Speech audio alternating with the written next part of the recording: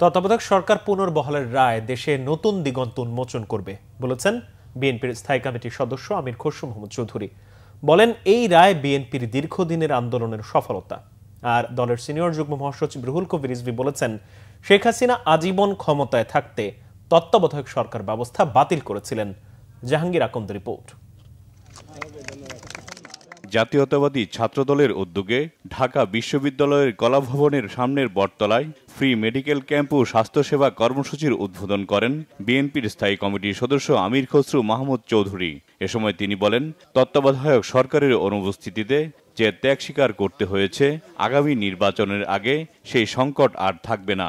তত্ত্বাবধায়ক সরকারের অনুপস্থিতিতে বাংলাদেশের মানুষকে যে ত্যাগ স্বীকার করতে হয়েছে, যে জীবনগুলো গিয়েছে, যে নির্বাচনগুলোকে কেড়ে নেওয়া হয়েছে, মানুষের ভোটাধিকার কেড়ে নেওয়া হয়েছে, তার মাধ্যমে যে অপশাসন, নিপীড়ন, নির্যাতনের রাজত্ব সৃষ্টি হয়েছে, তত্ত্বাবধায়ক সরকারের মাধ্যমে আমরা আশা করি সেটা আগামী নির্বাচনগুলোকে সুসংহত করবে, গ্রহণযোগ্য করবে। সুতরাং একটা নির্বাচনের সুষ্ঠু নির্বাচন সম্ভব একটা কেয়ারটেকার সরকারের মাধ্যমে।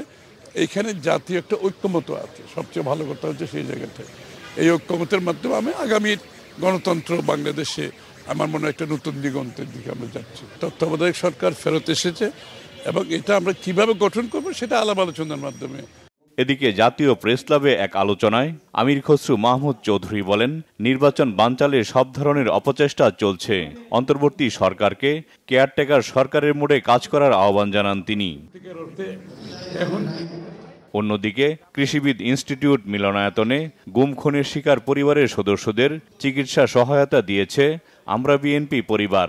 এতে বিএনপির সিনিয়র যুগ্ম মহাসচিব রুহুল কবির রিজভী বলেন, শেখ হাসিনা আজীবন ক্ষমতায় থাকতে তত্ত্বাবধায়ক সরকার ব্যবস্থা বাতিল করেছিলেন।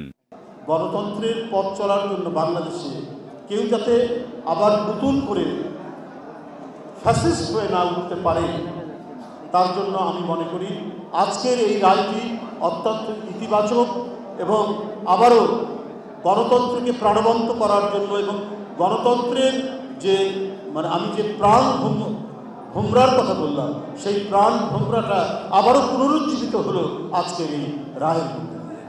সকল অপশক্তির বিরুদ্ধে সবাইকে ঐক্যবদ্ধ থাকার আহ্বান জানান বিএনপি নেতারা। জাহাঙ্গীর আকন্দ, বাংলা ভিশন, ঢাকা।